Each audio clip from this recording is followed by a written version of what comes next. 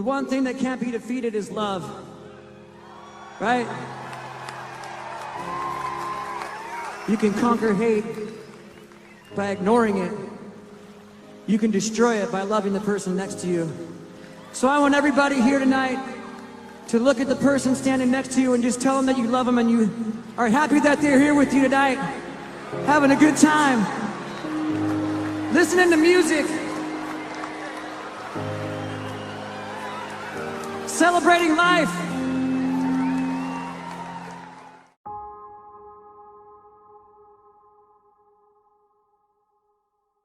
The music industry today is remembering the life of Linkin Park lead singer Chester Bennington. He was 41 years old and the artist was found dead in his Los Angeles home yesterday.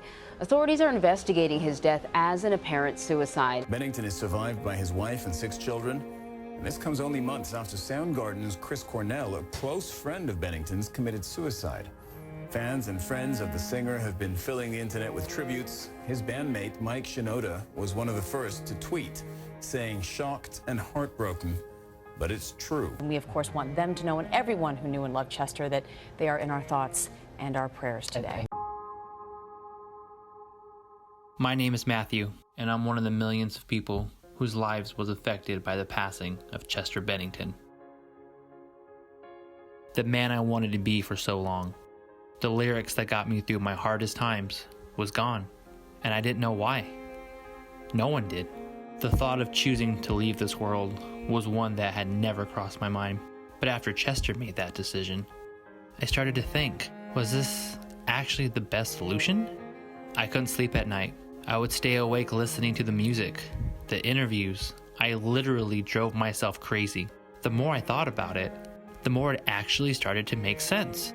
I started looking for answers and solutions, but what helped me the most was talking to others that was going through the same thing that I was, who had the same thoughts.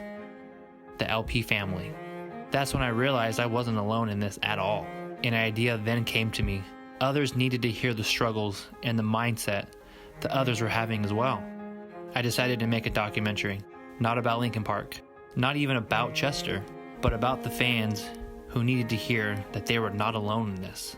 This is the story about 5 of the most amazing people I know who have been brave enough to share their stories to the world.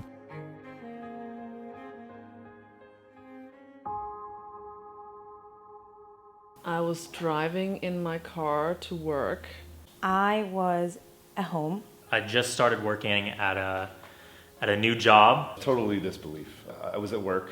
I was actually at work when it happened. My business partner texted me and I was like, can you double check that? I don't believe that's probably bullshit. I thought that's a hoax, whatever. All I read was Chester's gone. And I was like, what?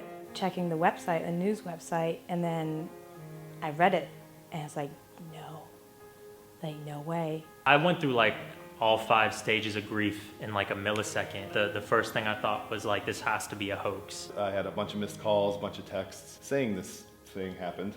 And I thought, no way, it sounds too simple. It sounds like maybe they swapped names with Chris Cornell or something. That day was already really hard for me because that's the death anniversary for my dad. Just hearing that the person that I looked up to get me out of that situation that I did with my dad just was gone. And I was like, this can't be real. I was like in denial at that stage, I think. I was just in so like disbelief that this happened. I just had it blacked out. I was like, the real news will come out soon. This is fucked up. This is, not what actually happened. My mind immediately went to a place of like, oh, what did I do? You know what I mean? Like you sort of just internalize it. That's where my head was at. I was like, I wasn't nice enough as a fan. We weren't good enough to him. It just brought me back to that time when I lost my dad. And I had like that same feeling. I was like, not another one. Like, I can't lose another one. I got out of my car and I screamed like I've never heard myself scream. And then it kicked in, like all of a sudden. And then I was like, oh my God, this is fucked up. And my knees were really weak and I couldn't get up for about 2 hours. You read about the date that he did it and how it was Chris Cornell's birthday. It's complicated. There's a lot of different factors that go into not only mourning a celebrity, but mourning someone who's committed suicide because they died at their own hand. So you sort of also have that anger and resentment that they did it too. Their music is definitely what got me out of it. Every time I would feel the pain and just hurting, I would just scream out Chester's lyrics, and it would feel better, as it always did. I couldn't work. I felt really sick. I couldn't really speak to a lot of people, especially to people that didn't understand me. I didn't know what emotions to feel. I just felt empty for a really long time. It's a huge mix of emotions. You go to this place where you're like, should I even be this affected by this? I did not work. I was not really able to work, so I browsed the internet, trying to find a reason maybe for how or why he did that and how he could do it. Yeah. I had a rough night, on Thursday night. I got really drunk and pissed off a couple of my friends because I was all over the place emotionally. Do I believe this? I don't know. It can't be true. And if it is, then I was going to really dark places. It felt like we were all sort of thrown into this macro grieving process together. Immediately made me feel like I'm not, alone in this grieving process at all. This is large scale grief.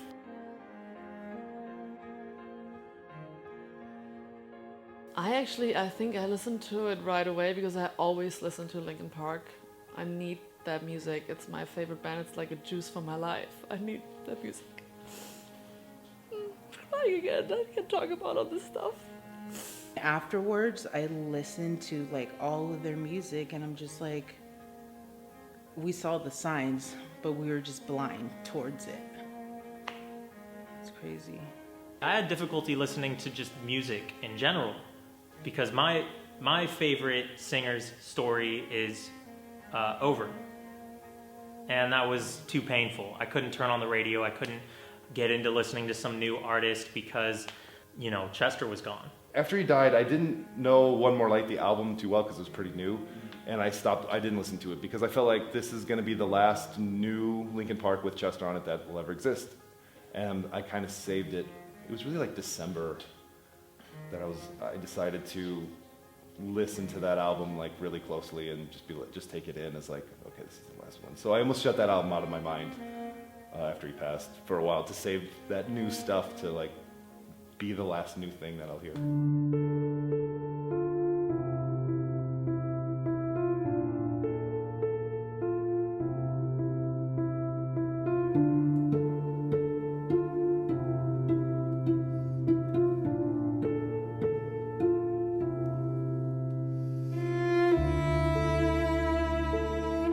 I attended one in Berlin, my hometown. It was held at the venue that they played shortly before. I helped organize and perform in the LA Memorial, and I performed at the Las Vegas Memorial. Ryan Schuck, Chester is one of his best friends, put on this amazing memorial in Las Vegas at the Club Tattoo. I went to the one that ended up at Grand Park in Los Angeles. It was originally just 20 people who were gonna, show up at Guitar Center. At first I was really scared going there, and I told my friend who, I kind of asked her to come with me, but she felt really weird about it because she did not understand. And he read the eulogy, and that helped me feel better.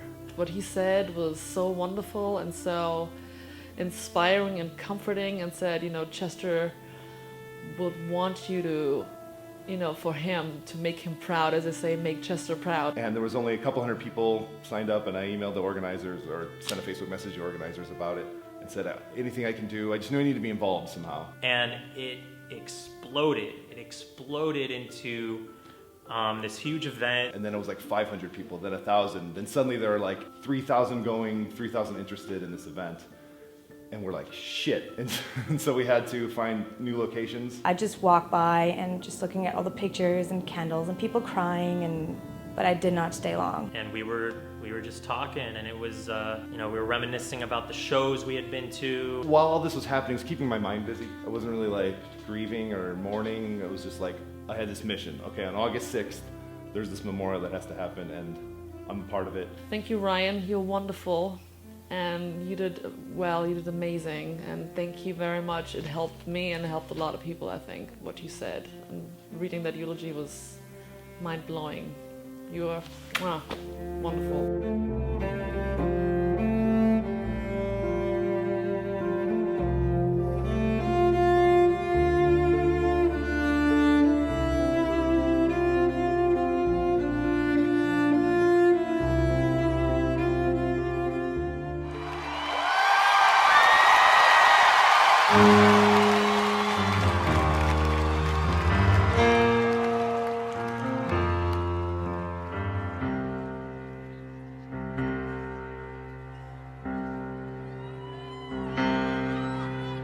I would say the Bull Show was one of the best days of my life. October 27th is a date that holds a lot of weight for me because it's actually also the anniversary of the death of my mother.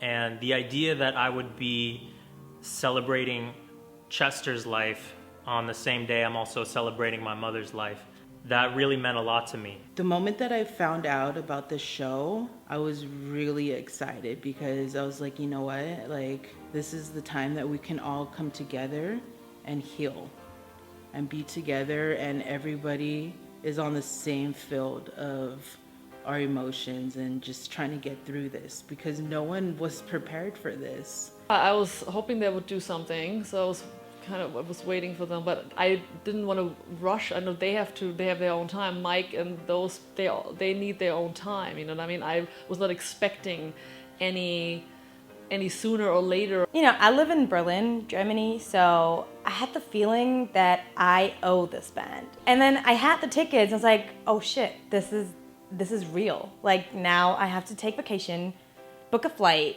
which is crazy. I think the timing was right because there was already going to be a Hollywood Bowl show that week, and in my mind, that's like the show was supposed to go to the 22nd, I think it was supposed to be. Because I live so close to the Bowl, I got involved with groups on Facebook of people coming to Hollywood with a lot of questions from all around the world, a lot of Europe and South America, wondering about Hollywood and traffic and where to park and what hotels. And I had a panic attack right there, and I said, I don't think I can do this. I get nauseous, I got dizzy. I was like, I don't know if I can do this. I was like, where's the exit? Where's the exit? I was fine, like, until probably half of the show, and then Nobody Can Save Me came up. That was my breakdown because I just realized that really, like, nobody could save him. During the bridge of waiting for the end, Mr. Hahn, he starts cutting and scratching samples of Chester's voice. This is like the first time we're hearing like Chester vocal samples, and he's not here anymore, but he's still here in a certain way. It was like a defining moment how music that involves his voice is going to be performed from now on. When that B flat hit on the piano, the 2 octaves apart, like it just hit like the beginning of the end in my head. It was just dun dun dun dun, and it just felt like, oh, this is the beginning of the memorial of the last thing that's gonna happen. It was a really weird feeling then. When they got on stage, I just broke down. Like the first moment that I heard Mike on the piano, because it just was a sense of realization that like Chester was gone and nothing was going to be the same again.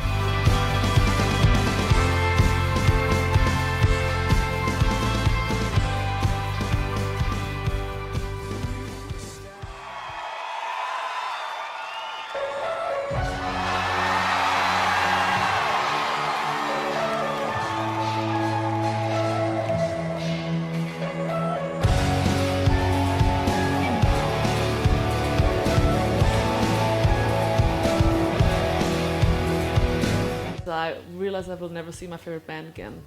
That got real when I saw that microphone alone at the Hollywood Bowl show. So I cried again and cried again. So that didn't feel so well. Just that mic stand lit up with nobody there it's crazy. I can't listen to that song anymore. Seeing that mic empty, that really hit home. And I knew that he was gone. During Numb, I just had like a lump in my throat. I didn't sing along. The whole crowd was singing, and I was just like, I wanted to be a fly on the wall, basically, and I was just taking it all in. It was nothing like anything else I've ever seen or heard of. And it was people from around the world grieving and celebrating and participating in this beautiful moment, like, together. The community of people that were there was extremely powerful. All you felt that day was just love. Right after the show was completely drained. There was a group of like 5 or 6 of us walking back to my place, and we didn't even talk. It was just nothing to talk about. After Ryan's memorial, I felt good, and then after the Escobedo show, I felt, I don't know, different. And being there, I guess it kind of helped, but then again it didn't, because it was tough. I guess I'm very glad that I went. A couple of days like after the show, I was really like, I felt like I was going through like a depression, because knowing that I'll never be able to see like Linkin Park full again, like it sucked. I felt really uplifted ever since that show. It like reinforced everything I knew about the rest of the band, the rest of the fans. It turned a really big positive from a really big negative.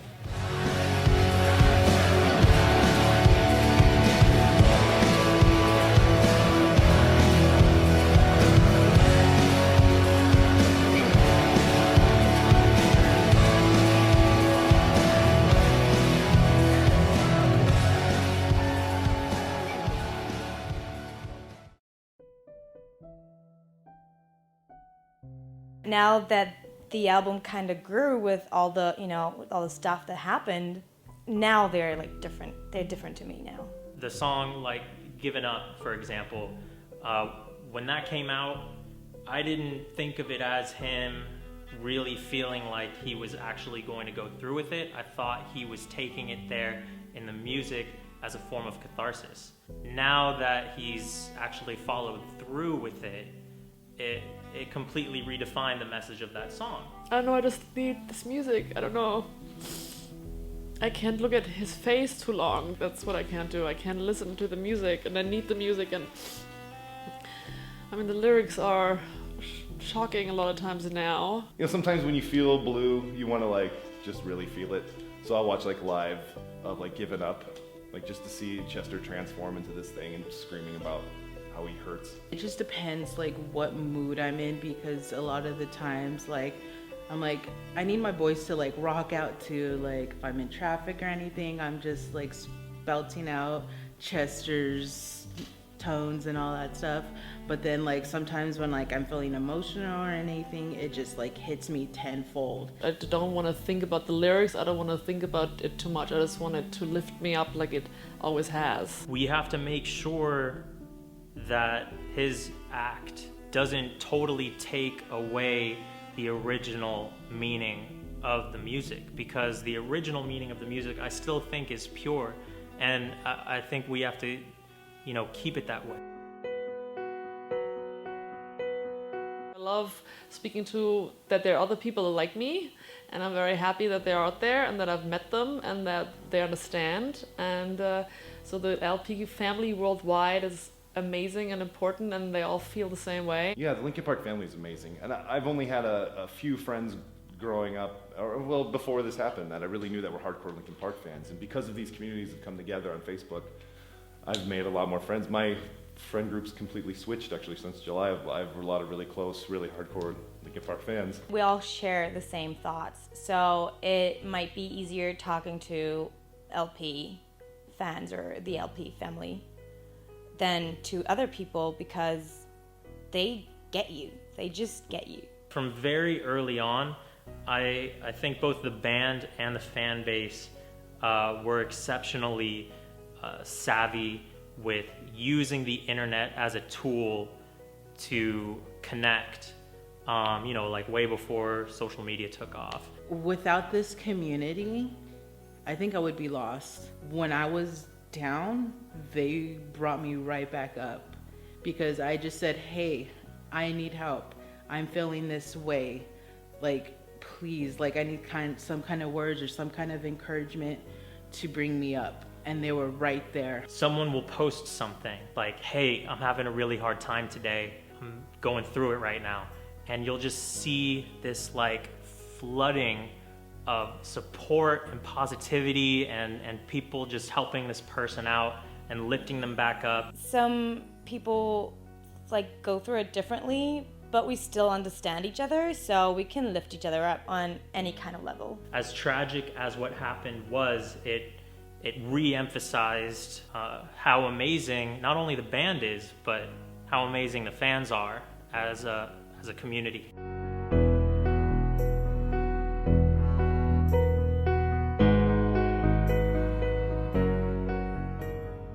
They were able to create a new genre of music basically and just go with it and really push it and really make it the biggest band in the world for many years.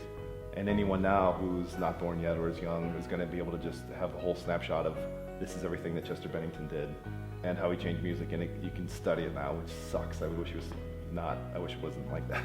He's inspired a whole generation of vocalists. They gave people a place to be like, hey, I'm going through this, so are they. We're all human, and we can go through this together. Is amazing music.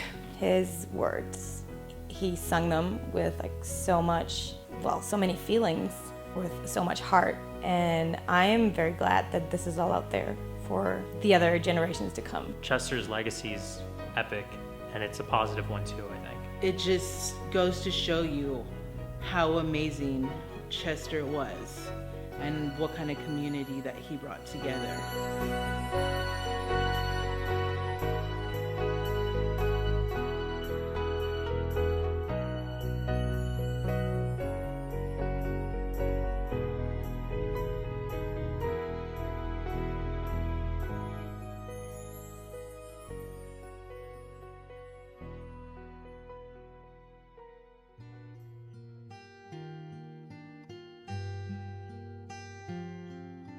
They're not alone. Like, we're all in this together. Of course, like, I'm there for whoever needs help. I just wish that everybody who is a part of LP or the LP family is moving on. The band members, like the families around them, like seeing them moving on is healing for me too. You're not alone. We're all in this together. We all have the same passion and the same love for this music. This is the music that has brought us together time and time again, and it can continue to do that. I think at an even more elevated level. Talk to each other, grow the LP family, or just get inspired, inspire each other, be there for each other. That's, I think, is an outlet to make one feel better. I thought I was just going crazy. Like, I had these moments where I don't know, it's hard to breathe, or it's just I feel this weird feeling, and I never knew what it was. But after that show, it dawned on me, and I was like, oh, I have anxiety, and it's okay, because we're human at the end of the day, and we need to ask for help. And we're all a family, we're a community, and we all need to get together and be there for each other and never be afraid to ask for anything, because that's what family does. Yeah, people that are really hurt by this are not alone. I feel the same way. I didn't know him. I think Mike's done a great job of letting people know that they're not alone. You know, when people's music and personality and everything, somebody maybe you idolize or admire, they can be closer to you than a family member. My grandfather passed away a couple years before Chester did, and a couple months, before Chester did. And I barely remember even caring too much about that, which sounds awful, but that was just grandfather who I didn't know too well, but he was a blood relative of mine. But it was overshadowed by this, this singer, which sounds ridiculous, but it's true. It really hits home because you let that person in, whoever you have to be vulnerable to really love something or someone and really let them in. And people do that with music especially, and I did it with music and with Chester's music and voice. And then when that person or that thing goes away, it's just rips your heart out. Yeah, I'm going to continue to make Chester proud by promoting his music, playing my own music. He inspired me, so a lot of what I'm putting out there has come from him. I'm gonna create my art. I'm gonna try to make him proud with creating. Be there for people and just listen, because I know what it is to hurt, and I don't ever want people to feel that way. I'm a children's therapist right now, actually, and I have clients that are dealing with some of the same demons that he was. I try to be there for them every day. Continue to listen to Linkin Park, to show them to my family, to my future family, to my kids, to whoever's there to share them with. Chester told us the one thing that can't be defeated is love. We have to make him proud by continuing to support each other, loving each other, and inspiring each other. We're all in this together. You're not alone. You've got me. You've got me. You've got me. You've got me. You've got me.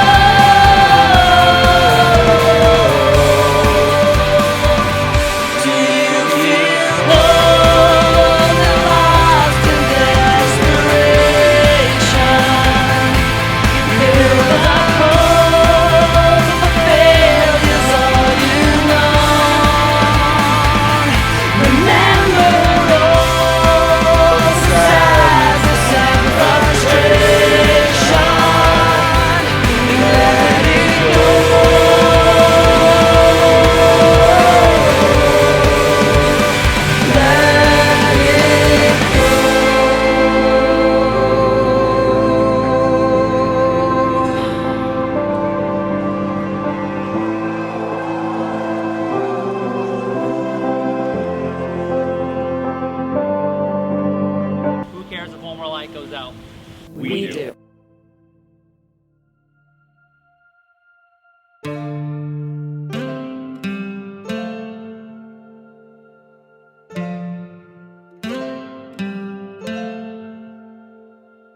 Mama always told me, don't you run with scissors, son. You're gonna hurt someone. We love you, Chester. We love you. We love you, Chester. We love you, Chester. We love you, Chester. Always think before you speak, and watch the friends you keep.